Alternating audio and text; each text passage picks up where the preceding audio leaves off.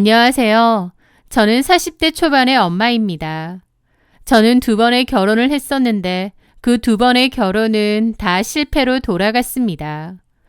첫 번째 결혼은 멋모를 때 한 결혼이었고 1년도 안 살고 이혼했어요. 첫 남편은 상습적인 거짓말을 일삼았는데 이런 남자를 믿고 계속 살 순 없을 것 같아 결정한 일이었죠. 그 결혼에서 아이는 없었고요. 그 뒤로 결혼 생각이 없었습니다. 다시는 누구에게도 마음을 주지 않으리라 다짐하며 제 일에만 몰두했죠. 그러다 그 남자를 만났습니다. 그 남자의 이름은 박용우. 한번 갔다 온 저와 달리 용우 씨는 미혼이었는데 그럼에도 제가 좋다고 하고 제 이혼 전력을 전혀 문제 삼지 않았습니다. 오히려 아픔을 보듬어주며 세상에서 가장 귀한 사람인 것처럼 저를 아껴주었죠. 소영 씨의 과거는 나한테 아무런 흠이 되지 않아. 오히려 그런 힘든 시간을 이겨낸 당신이 더 대단하고 아름다워 보여. 내가 그 상처 전부 잊게 해줄게. 그의 한결같고 다정한 모습에 굳게 닫혔던 제 마음도 서서히 열리기 시작했습니다. 하지만 결혼을 약속하고 그의 부모님께 인사를 드리러 갔을 때 저는 현실의 벽에 부딪혔습니다. 제가 재혼이라는 사실을 알게 된 시부모님은 저를 반대하셨거든요. 우리 용우가 뭐가 부족해서 시집 한번 갔다 온 여자랑 나 참. 싸늘한 시선과 노골적인 무시, 인사하러 간 자리에서 도망치고 싶을 만큼 비참했습니다. 굉장히 완고해 보이셨는데 어찌된 일인지 그 후 다시 저를 보자고 하셨어요. 알고 보니 용우 씨가 저희 집안에 대해 슬쩍 운을 띄었다고 하더군요. 저희 부모님은 강남에 큰 빌딩을 소유하고 계셨고 꽤 여유 있는 편이었거든요. 그걸 아시고 나자 어머님은 언제 그랬냐는 듯이 제 손을 잡으며 가식적인 미소를 지었습니다. 내가 생각을 해봤는데 아픔이 있는 만큼 속도 깊겠지. 또 어쨌든 과거는 과거일 뿐이지 않겠니? 우리 아들이 좋다는데 뭘 어째. 자식 이기는 부모 없다는데. 어쨌든 허락하마. 대신 이제부터 우리 집안 사람이니까 가족들 위하고 집안 분위기 잘 맞춰야 해. 우리 가족으로 어우러지게 노력을 해야 한다. 무슨 말인지 알지? 그때 깨달아야 했습니다. 그들은 저를 며느리가 아닌 굴러들어온 복덩이 혹은 걸어다니는 현금 인출기로 봤다는 것을요. 그들은 제가 재혼이라는 약점을 빌미로 저희 친정의 재산을 마음껏 빼먹을 수 있는 권리라도 얻은 것처럼 행동했거든요. 그리고 그 탐욕은 시댁의 가세가 기울면서 더욱 노골적이고 흉측하게 변해갔습니다. 결혼할 당시 살아계셨던 시아버지는 작은 중소기업을 운영하셨는데 남편은 그걸 물려받아 번듯하게 키워보고 싶다는 원대한 꿈이 있었습니다. 남편의 야심만 앞섰을 뿐 경영 능력은 많이 부족했다는 거죠. 남편은 대학원을 졸업 후 아버지 회사에 들어갔고 저랑 결혼도 했어요. 그런데 그 후 아버님께서 갑작스럽게 돌아가시면서 모든 경영권이 남편에게 넘어왔습니다. 그때부터 사실상 시댁의 몰락이 시작된 것이죠. 남편은 아버님의 안정적인 운영 방식 대신 무리한 사업 확장과 신규 투자에 손을 댔습니다. 현실은 냉혹했고 남편의 판단착오로 회사는 순식간에 빚더미에 올라앉았습니다. 작게나마 건실했던 중소기업은 속빈 강정이 되어버렸고 시어머니와 시누이는 하루아침에 생활 수준이 떨어질 위기에 처했습니다. 하지만 그들은 눈을 낮추는 법이 없는 사람들이었습니다. 씀씀이는 그대로인데 들어오는 돈이 없으니 자연스럽게 모든 기대를 아들이자 오빠인 제 남편에게 걸기 시작했고 남편은 그 부담을 저와 저희 친정으로 떠넘기기 시작했죠. 사업 자금이 필요하다는 핑계로 저희 부모님께 손을 벌리기 시작했습니다. 저희 부모님은 오직 딸인 제가 행복하기를 바라는 마음으로 밑빠진 독에 물 붓기라는 걸 알면서도 여러 차례 거액의 돈을 빌려주셨습니다. 결국 시댁은 겉으로는 번듯한 중소기업 오노 집안 행세를 했지만 실상은 저희 친정의 도움 없이는 하루도 버티기 힘든 빈털터리 신세였던 겁니다. 그리고 시어머니와 시누이는 저희 친정을 고마운 사돈이 아닌 언제든 빼먹을 수 있는 금고 정도로 여기기 시작했습니다. 제가 그들의 삐뚤어진 욕망을 채워줄 유일한 동아줄이었던 셈이죠. 저는 이런 사정도 모른 채 남편의 꿈을 뒷바라지하기 위해 망설임 없이 다니던 회사를 그만두었습니다. 제 커리어보다 사랑하는 사람의 성공을 돕는 것이 더 큰 행복이라고 믿었던 순진하고도 멍청했던 시절이었습니다. 하지만 시댁 식구들은 저의 재혼이라는 과거를 빌미로 저를 끊임없이 괴롭혔습니다. 여러 가지로 시집살이를 시키려 했는데 물론 그때까지만 해도 남편이 중간에서 방패막이가 되어주었습니다. 저희 집에도 툭 하면 오시려고 했는데 남편이 막아섰죠. 엄마, 소영이 피곤해. 오지 마. 그리고 명절 음식은 이제 그냥 사서 하자. 언제까지 며느리 고생시킬 거야. 남편이 든든하게 막아준 덕분에 실제로는 크게 당하지 않았지만 시어머니와 시누는 늘 제가 무슨 빚이라도 진 사람인 것처럼 행동했어요. 제가 재혼이라는 이유를 들먹이며 말이죠. 저도 그런 가스라이팅을 하도 당해 제가 정말 을의 입장이고 미안해야 되는 줄 알았고요. 어쨌든 시어머니와 시누는 별로였지만 남편 하나만큼은 든든한 제 편이었기에 상관없다고 생각했습니다. 그때는 몰랐던 거죠. 시간이 흐르면 사람도 변한다는 것을요. 철석같이 믿었던 그 든든한 제 편이 제 등 뒤에 칼을 꽂을 줄 누가 상상이나 했겠습니까? 시간이 많이 흐른 어느 날이었습니다. 여느 때처럼 집에서 청소를 하고 있는데 전화 한 통이 걸려왔습니다. 남편 회사 격리 직원인 다희 씨였습니다. 제가 가끔 회사에 간식을 사들고 들르면서 안면을 트고 친하게 지냈던 분이었죠.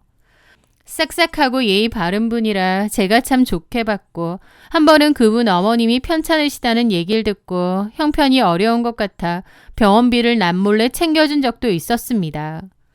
그래서인지 저를 은인처럼 생각해 주셨죠.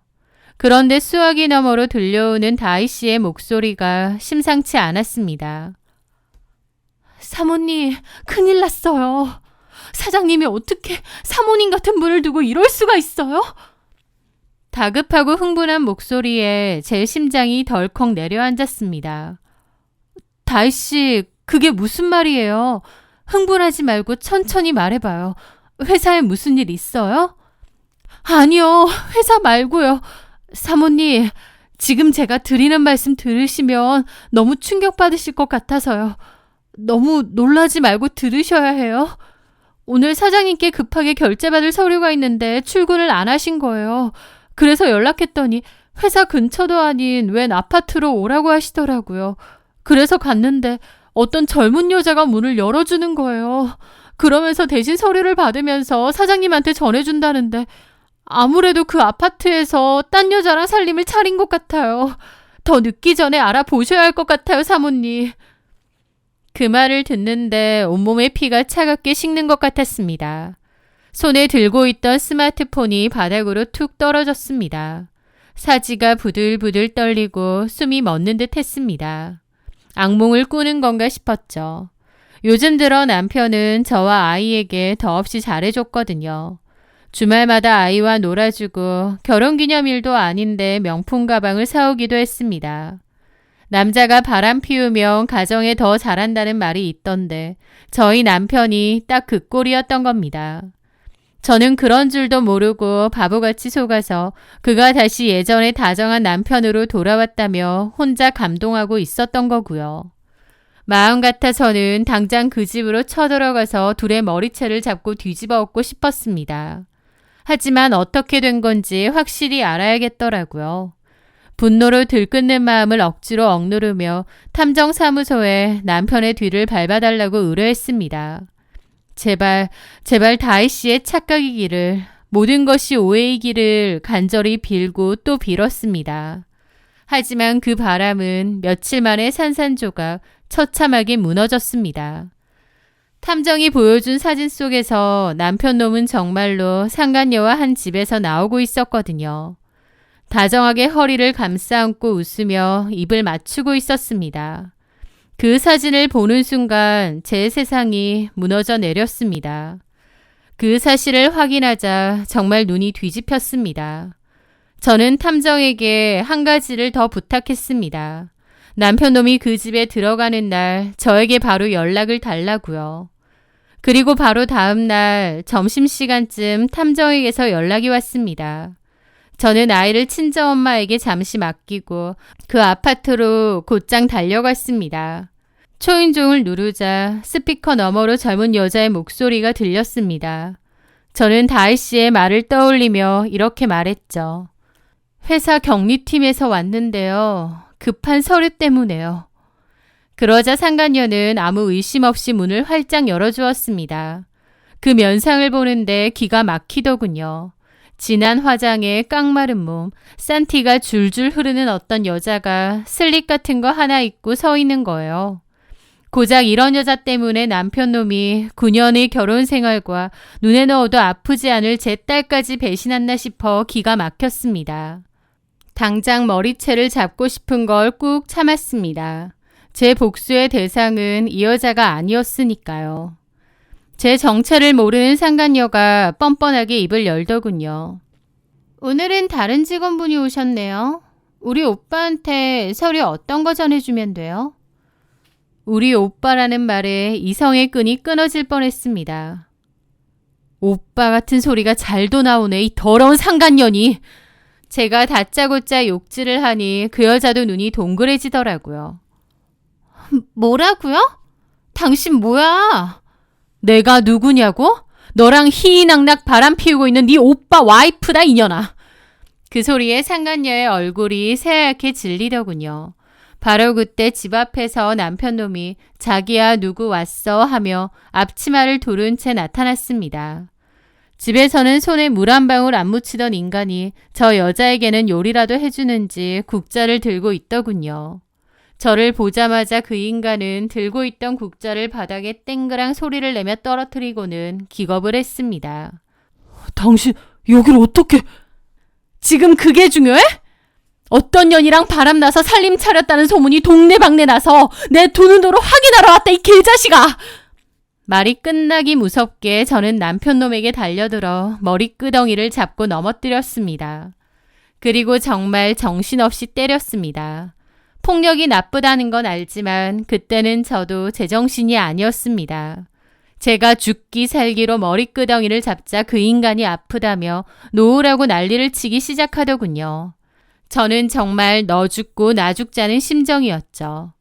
저는 남편의 싸다기를 날렸는데 정말 죽을 힘을 다해 때렸습니다. 몇 차례나요. 그러게 맞을 짓을 왜 해? 네가 인간이야? 결국 남편놈 얼굴에서 코피가 터졌습니다. 옆에 있던 상간녀가 비명을 질렀죠. 오빠, 코피나, 어떡해? 입 안 닥쳐? 너도 맞을래? 그 말에 상간녀는 입을 다물더라고요. 저는 코피를 흘리는 남편을 보며 일어났습니다. 우린 당장 이혼이야. 저는 그 자리에서 이혼을 선언하고 집으로 돌아왔습니다. 운전을 하고 집으로 돌아오는 내내 눈물과 분노가 뒤섞여 시야를 흐렸습니다. 제 눈에서 흐르는 눈물 때문에 앞이 제대로 보이지 않을 지경이었죠. 저는 결국 정차를 하고 펑펑 울었습니다. 머릿속에서는 수많은 기억들이 폭풍처럼 휘몰아쳤습니다.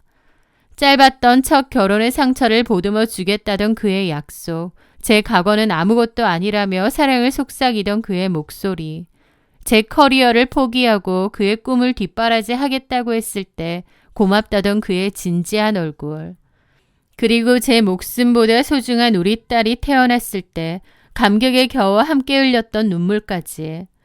그 모든 순간이 진짜였는데, 그 모든 사랑이 진심이었는데 도대체 어디서부터 잘못된 걸까요?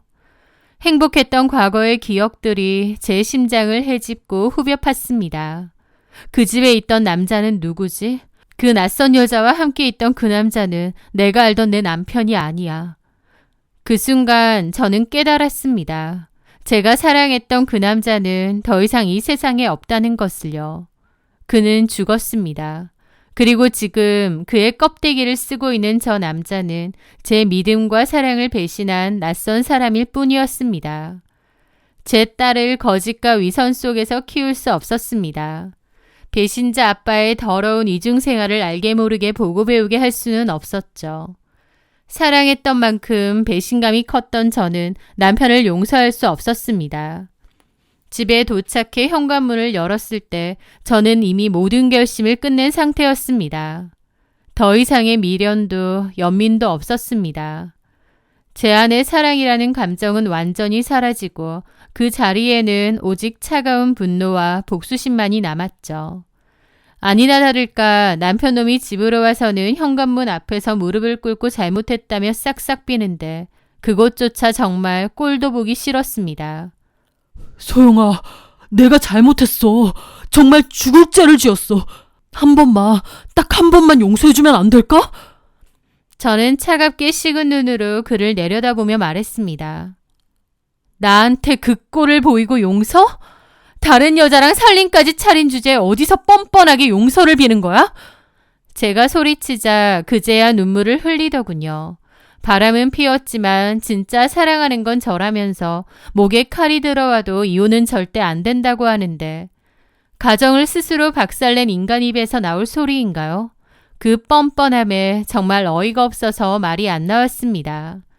저는 웃기지 말라고 증거도 다 있으니 변호사를 선임해서 이혼 소송과 상간녀 소송까지 걸겠다고 했습니다. 그랬더니 남편은 바닥에 주저앉은 채 제 바지가랑이를 붙잡고 애원하더군요. 대신 마지막으로 딱 하나만 도와달라고요. 신우가 곧 결혼을 하니 그때까지만 이혼을 미뤄달라는 것이었습니다. 여보, 제발. 내 동생 다음 달에 상견례하고 석 달 뒤에 결혼하는 거 알지? 상대 집안이 부모님도 교수 출신에 남편 될 사람도 박사 출신 연구원이고 내 동생 입장에서 포기하기 힘든 좋은 자리야. 여기서 내가 바람 피워서 이혼당했다고 소문나면 우리 집은 그냥 끝장이야. 동생 결혼도 당연히 깨지겠지. 기가 막혀서 헛웃음이 터져나왔습니다. 이기적인 인간. 마지막 순간까지 지 체면이랑 지네 가족밖에 모르는구나 싶었죠. 그래서 내가 이 와중에 당신 동생 결혼까지 신경 써줘야 돼? 내가 왜? 제가 싸늘하게 쏘아붙이자 남편은 다시 그러더군요. 내가 다 잘못했어. 정말 죽을 죄를 지었어. 그러니까 제발 동생 결혼식까지만, 딱 그때까지만 이혼을 미뤄주면 당신이 원하는 조건, 위자료, 재산 분할 다 당신 원하는 대로 해줄게. 소송 같은 거 없이 당신이 써주는 서류에 전부 도장 찍을게. 제발, 어? 솔직히 처음에는 콧방귀도 나오지 않았습니다. 당장 이 인간과 그 가족들이 망신을 당하는 꼴을 보고 싶었으니까요. 하지만 그 인간의 비굴한 얼굴을 내려다보며 애원을 듣고 있자니 문득 다른 생각이 머리를 스치고 지나갔습니다. 이 인간이 지금 제일 두려워하는 게 망신당하는 거랑 지 동생 결혼 개판나는 거구나. 그냥 이혼해서 망신을 주는 것보다 가장 행복하다고 믿는 순간에 지옥으로 밀어 떨어뜨리는 게 낫겠다. 그게 훨씬 더 고통스럽고 잔인한 복수가 될 거야. 남편의 행동 그리고 그동안 시댁 식구가 저한테 한 행동을 생각하면 조용한 이혼은 너무 자비로운 처사였습니다. 저는 제 머릿속에서 완성된 잔혹한 복수극의 시나리오를 떠올리며 차갑게 식은 눈으로 그를 내려다보며 입을 열었습니다. 좋아. 가족으로 산 정도였으니 그 정도 부탁은 들어줄게. 정말이지 여보. 알겠어. 대신 내가 원하는 조건으로 끝을 낼 거고 거기엔 아무런 이의도 제기하지 마. 남편은 고개를 끄덕이며 약속했습니다. 남편은 제가 마지막 자비를 베풀었다고 생각했겠죠. 하지만 그건 제 복수를 위한 유예기간일 뿐이었습니다. 얼마 뒤 진짜 황당하고 기가 막힌 일이 터졌습니다. 바로 얼마 후 아무것도 모르는 시어머니와 시누이가 저희 집에 쳐들어온 것이었죠. 그들은 저희 집 소파에 떡하니 앉아 제 속을 뒤집는 말을 꺼내더군요. 내가 오늘 너를 찾아온 건 다름이 아니라 네 신우 결혼 준비 때문이야. 다른 것보다 신우가 살 신혼집을 네가 좀 해줬으면 하는데 부모님께 말씀드려라. 여유가 없는 집도 아니고 그렇게 어려운 부탁도 아니잖니? 신우이는 옆에서 거들었습니다. 언니, 엄마 말 들었죠? 저희 시대 교수 집안이라 그에 맞는 품격으로 준비해야 되거든요. 30평대 이상 역세권 신축 아파트로 해주세요. 기가 찼습니다. 남편이 바람 피운 사실을 까맣게 모르는 이 정신 나간 모녀가 짓거리는 소리를 듣고 있자니 헛웃음만 나왔습니다. 그게 무슨 말 같지도 않은 소리예요? 제가 그걸 왜 해드려요? 뭐? 말 같지도 않은 소리? 네, 지금 하시는 말씀이 정상이라고 생각하세요? 왜 저희 부모님이 신혼집을 해줘야 하는데요? 제 단호한 외침에 시어머니는 얼굴이 시뻘개져서 길길이 날뛰었습니다. 너네 집 부자라며 이 정도는 해줘야 되는 거 아니니? 이혼녀 받아들여줬더니 뭐 이런 싸가지가 다 있어? 너네 아들한테 당장 말해서 이혼시켜버릴 거다. 너 같은 건 우리 집안 며느리로 필요 없어. 신우이 역시 옆에서 악을 썼죠. 언니, 후회할 짓 하지 마요. 우리 엄마가 오빠한테 다 이르면 언니만 손해라고. 언니 돌돌싱 되고 싶어요? 두 모녀는 온갖 저주를 퍼붓고는 현관문이 부서져라 쾅 닫고 나가버렸습니다. 저는 한동안 그들이 사라진 자리에 멍하니 서 있었습니다. 온몸이 부들부들 떨렸습니다. 분노와 모멸감에 눈앞이 캄캄했죠. 하다 이제 신우 집까지 해달라니요? 미친 거 아닌가요? 내 돈으로 신우년 신혼집까지 해달라고? 그것도 나를 이혼시키겠다고 협박하면서. 분노가 머리 끝까지 치밀어 올랐다가 이내 실소가 터져나왔습니다. 이 상황은 정말이지 코미디가 따로 없었죠. 자신들의 아들이 오빠가 무슨 짓을 저질렀는지 전혀 모른 채 말도 안 되는 요구를 하고 게다가 저를 이혼시키겠다는 말로 협박을 하고 있다니. 그 순간 제 머릿속이 섬광처럼 번쩍이며 맑아졌습니다. 방금 전까지의 분노가 차갑게 식으며 얼음처럼 냉정한 복수심이 들어찼습니다. 남편의 제안을 받아주며 제 머릿속에서 희미하게 그려졌던 복수의 그림이 어머님의 그 가짜는 협박 한마디로 인해 완벽하게 완성된 것입니다. 그래, 당신들이 원하는 대로 해줄게. 당신들이 그토록 바라는 돈가채면 내가 실컷 맛보게 해줄게. 당신들 인생에서 가장 달콤한 꿈을 꾸게 해준 뒤에 아주 제대로 나락으로 떨어뜨려 줄 거야. 저는 자리에서 일어났습니다. 제 입가에는 저도 모를 차가운 미소가 걸려 있었죠. 저는 망설임 없이 스마트폰을 들고 시어머니에게 다시 전화를 걸었습니다. 신호음이 몇 번 가기도 전에 아직도 화가 안 풀린 목소리가 수화기 너머에서 들리더군요. 왜 전화했냐? 당장 내 아들한테 연락해서 너랑 이혼하라고 일을 참이다. 저는 코웃음을 치며 목소리를 연기했습니다. 어머니, 아까는 제가 너무 흥분해서 죄송해요. 정 원하시면 상견례 전에 아가씨 신혼집 마련해 드릴게요. 제가 갑자기 태도를 바꾸자 어머님도 말투가 바뀌더군요. 왜 갑자기? 부족한 저 받아들여 주셨는데 그 정도는 제가 해드리는 게 맞지 않나 싶어서요. 또 아가씨를 위해서요. 제가 완전 숙이고 들어가자 어머님도 코웃음을 치더라고요. 이제야 정신을 차렸어? 이혼 당하는 건 무서운가 보지? 알겠다. 네가 정 그렇다면 한 번은 봐주마. 어머님 걱정하지 마세요. 괜찮은 집으로 살 테니까 저만 믿으시라고요. 며칠 후 저는 시어머니에게 아주 괜찮은 신혼집을 봐놨다고 거짓말을 했습니다. 멍청한 시어머니와 신우는 제 말을 의심하지 않았어요. 세금 문제 때문에 일단 저희 부모님 명의로 계약했고 차차 명의 이전을 해주겠다고 둘러대니 그 말까지 철석같이 믿더군요. 그 소식을 들은 남편놈은 제가 자기를 용서하고 다시 합치기로 마음먹었다고 단단히 착각한 것 같았습니다. 신이 나서 제게 앞으로는 절대 한눈 팔지 않겠다며 헛소리를 짓거리는데 받자나서 웃음만 나왔습니다. 그리고 마침내 모든 것을 끝장내 신우이의 상견례 날이 다가왔습니다. 상견례 장소에 도착하니 시댁 식구들은 물론이고 남편놈까지 아주 신이 나 있었습니다. 아파트가 공짜로 생긴다고 생각하니 좋아서 입이 귀에 걸렸겠죠. 분위기가 무르익을 무렵 시어머니가 기다렸다는 듯이 허리를 꼿꼿이 세우고 입을 열었습니다. 아, 그리고 사부인, 신혼집은 저희 쪽에서 마련하기로 했습니다. 위치도 좋고 직장에서도 가깝고 나중을 생각해도 아주 좋아요. 저희 며느리가 많이 도와줬습니다. 안 그러니 소영아? 모두의 시선이 제게 쏠렸습니다. 저는 활짝 웃으며 대답했습니다. 네, 어머니.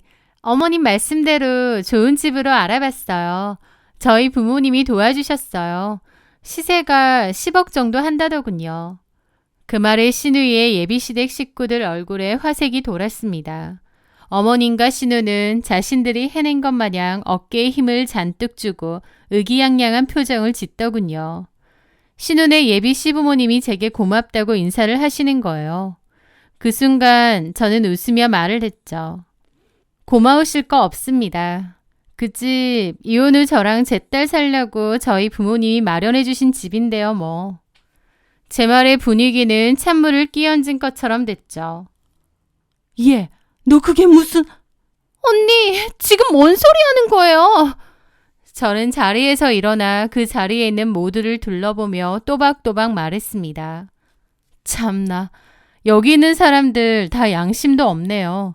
10억짜리 집을 이 집 며느리인 제가 왜 해드려요? 그리고 이왕 이렇게 된 거 제가 오늘 중요한 이야기를 좀 해야겠어요. 아드님을 저희 신우랑 결혼시키기 전에 저희 시댁이 어떤 집안인지 똑똑히 아셔야 할 것 같아서요. 저는 그동안 시댁 식구들이 저지른 만행을 하나도 빠짐없이 전부 폭로했습니다. 저희 부모님 재산을 노리고 돈과 차를 요구했던 일, 그리고 이번에 신혼집을 안 해주면 남편과 이혼시키겠다고 협박했던 사실까지요. 그리고 마지막으로 결정타를 날렸습니다. 어디 그뿐인 줄 아세요? 지금 제 남편이라는 저 인간, 저 몰래 바람 피워서 다른 여자랑 살림까지 차린 상태입니다. 그래서 이 인간이랑 이혼할 거고요. 아드님 공부 많이 시키고 열심히 키우신 것 같은데 저희 집이랑 사돈 맺으면 사위한테 뭐 뜯어먹을 거 없나 눈에 불을 켜고 달려들 겁니다. 저처럼 당하기 전에 얼른 도망치세요. 상견례장은 그야말로 아수라장이 되었습니다. 뭐 이런 개차바 같은 집안이 다 있어. 당장 이 결혼 없던 걸로 합시다. 신우이의 예비시댁 식구들은 경악하며 자리를 박차고 일어났습니다. 약혼자는 신우이를 벌레 보듯 쳐다보며 다시는 얼굴 보지 말자는 말을 남기고 떠나버렸죠. 시어머니는 충격으로 뒷목을 잡고 쓰러졌고 넋이 나간 신우는 저한테 미쳤냐고 욕을 하더라고요. 야, 번지수 똑바로 찾아. 내가 아니라 니네 오빠가 다 망친 거야. 멍청해서 뭐가 뭔지 구분도 안 되니? 제 말에 신우는 갑자기 남편에게 악을 썼습니다. 이게 다 오빠 때문이야. 오빠가 바람만 안 피웠어도 내 신혼집이 날아갈 리가 없잖아. 그 지옥 같은 광경을 보는데 어찌나 속이 시원하던지 저도 모르게 웃음이 터져 나왔습니다. 남편은 왜 계획과 다르냐며 따지는데 저는 그런 남편놈의 뺨을 있는 힘껏 후려쳤습니다. 정신 차리고 똑바로 살아. 니놈이랑 니놈 가족이 지금 당하고 있는 일 전부 자업자득이니까. 저는 그 말을 끝으로 뒤돌아보지 않은 채 그 아수라장을 빠져나왔습니다. 그 후의 일들은 일사천리로 진행되었습니다. 저는 그동안 준비해둔 모든 증거자료를 변호사에게 넘겼습니다. 탐정이 찍은 남편과 상간녀의 사진, 남편 회사 격리였던 다희 씨가 확보해준 상간녀 아파트 관리비 내역서도요. 그것까지 남편 회사 법인카드로 결제했더군요. 저는 이혼 소송과 함께 남편과 상간녀를 공동으로 묶어 위자료 청구 소송을 진행했습니다. 저희 부모님도 가만히 계시지는 않았습니다. 아버지는 그동안 남편의 사업 자금으로 빌려줬던 돈에 대한 차용증을 근거로 대여금 반환 청구 소송을 제기하셨습니다. 돈을 갚지 못할 시 시댁 식구들이 살고 있는 집을 포함한 모든 재산을 차압하겠다는 내용 증명과 함께요. 법정 싸움은 길지 않았습니다. 명백한 증거 앞에 남편놈과 시댁 식구들은 속수무책이었습니다. 법원은 제 손을 들어주었고 저는 남편과 상간녀 그리고 시어머니에게까지 상당한 금액의 위자료를 받아낼 수 있었습니다. 양육권은 말할 것도 없이 제게 넘어왔고요. 남편의 지옥은 그때부터였죠. 위자료와 저희 부모님께 빌린 돈을 갚기 위해 전 남편과 시댁 식구들은 살던 집을 팔아야 했거든요. 나름 번듯한 아파트에서 쫓겨나 작은 집을 겨우 구해 들어갔다는 소식은 저를 도와줬던 다혜 씨를 통해 전해 들었습니다. 알거지가 된 전 남편 곁을 상간녀가 지킬 리 없었죠. 상간녀는 남은 명품 몇 개를 챙겨 뒤도 안 돌아보고 떠나버렸다고 하더군요. 전 남편의 회사는 당연히 망했습니다. 저희 부모님이 대여금을 회수하고 주요 거래처들이 소문을 듣고 끊어지면서 재기불능 상태에 빠졌거든요. 신우는 그 남자와의 파혼 충격에서 헤어나오지 못하고 정신과 약에 의지하며 다 오빠 때문이야 라며 전 남편을 저주하고 어머님도 화병으로 자리에 누워버렸답니다. 한때는 번듯한 사장님 가족이었던 그들은 이제 서로를 탓하고 원망하며 하루하루를 지옥 속에서 살고 있다고 들었습니다. 소중한 것들이 곁에 있을 때 귀한 줄 모르고 못된 짓만 골라 하더니 모두 죗값을 제대로 치른 셈이죠. 저는 지금 어떻게 지내냐고요? 저희 부모님이 마련해준 집에서 딸과 함께 행복하게 잘 살고 있습니다. 처음 이 집에 이사 오던 날 딸아이가 제게 물었습니다. 엄마, 이제 여기서는 아빠랑 안 살아? 우리만 사는 거야?